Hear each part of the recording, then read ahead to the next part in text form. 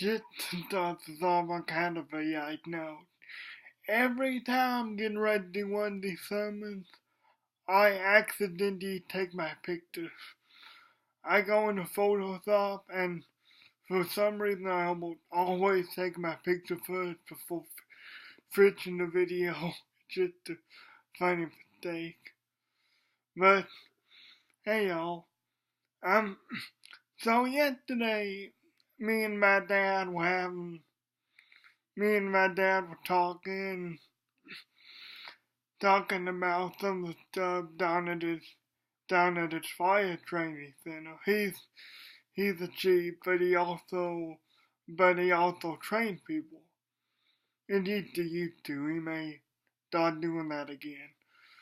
But he was talking about how they consider him sort of a liability.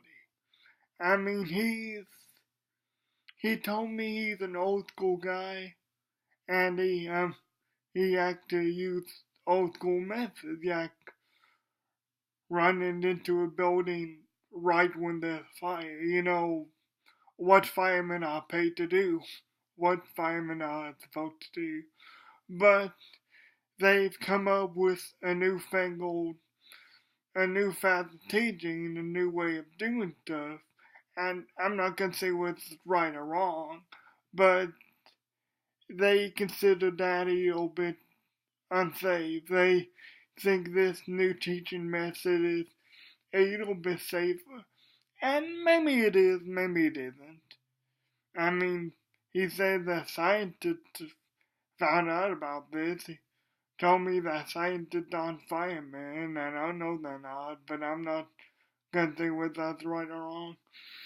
Uh, anyway, it it got me thinking. This world is a changing, isn't it? Every single day, this world is changing, and this world has newfangled approaches, newfangled teaching that it wants us to get behind, especially as Christians. It wants us to promote. I mean, take for example, Yaf in the 1980s was a lot different from Yaf in 2015, which I think was when homosexuality was legalized. May have been 2016, I don't quite know. But this will have the other newfangled stuff that it wants us to buy into. Yeah, it wants us to buy into. It doesn't directly say it, but it does want us to buy into some form of universalism. It is from the standpoint of, well, if you're a good person, if you're a good enough person, you can get into heaven. No, it doesn't matter what you believe, because all roads lead to God or whatever. But, and I call Christians kind of old-fashioned, partly because we live in a yard that was set 2,000 years ago. But let's see what Scripture still has to say about this newfangled teaching. Go to John 14:6 with me. Again, that's John 14:6. Jesus said to them, this is Jesus speaking, this is the Master speaking, any words he speaks are going to be eternal. Jesus says unto them, I'm reading the King James Version, that's why it says that. Jesus says unto them, I am the way, the truth, and the life. No man comes unto the Father but by me. Like I said, all words Jesus speaks are going to be eternal. So, for my money, that's still true. It doesn't matter what the world tries to tell you, or what the devil tries to tell the world, or what the devil tried to use the world for, or whatever.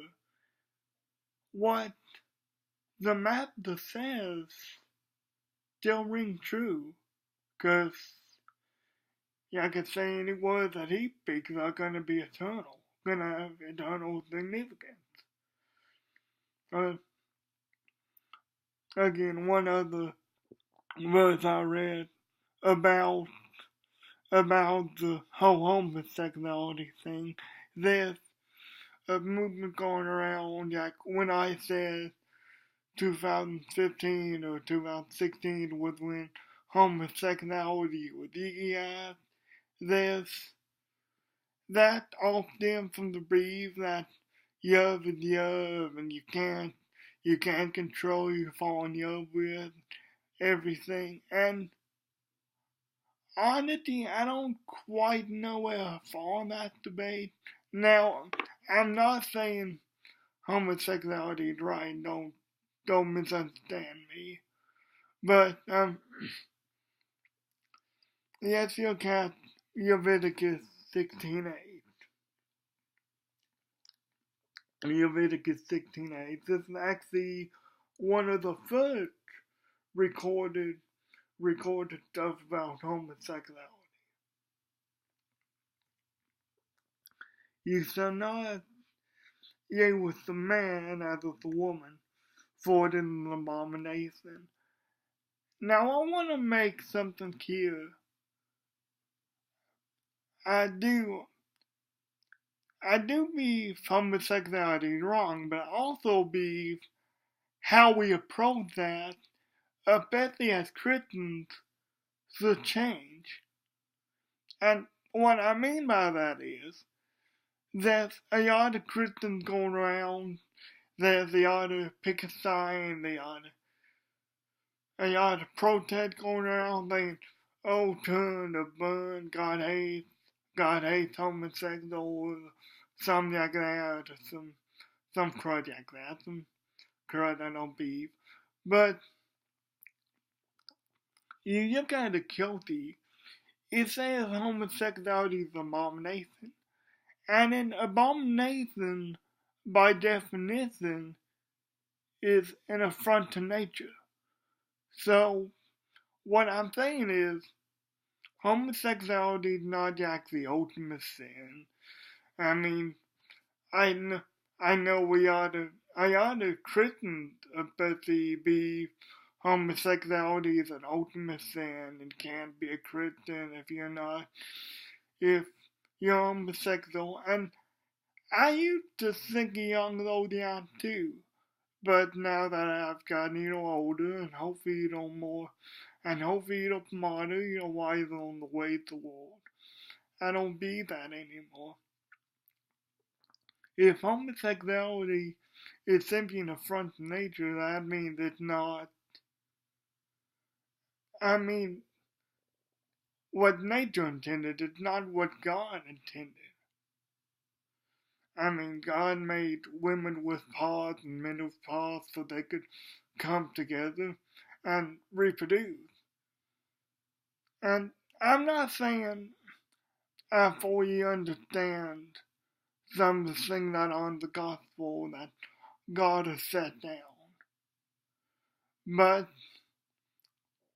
I do accept them as truth because I accept that God knows more than we ever will on subjects. I mean, we just gotta accept that. God knows more than we ever will.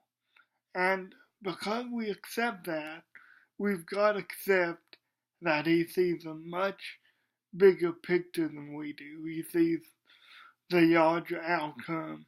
He sees the much larger outcome of things than we do. I hear Christians say, well, who are we to stand in the way of homosexuals or whatever? It's not us. It's the gospel. So if you want to question somebody about that, question God. But I wouldn't recommend going against him in a theological debate.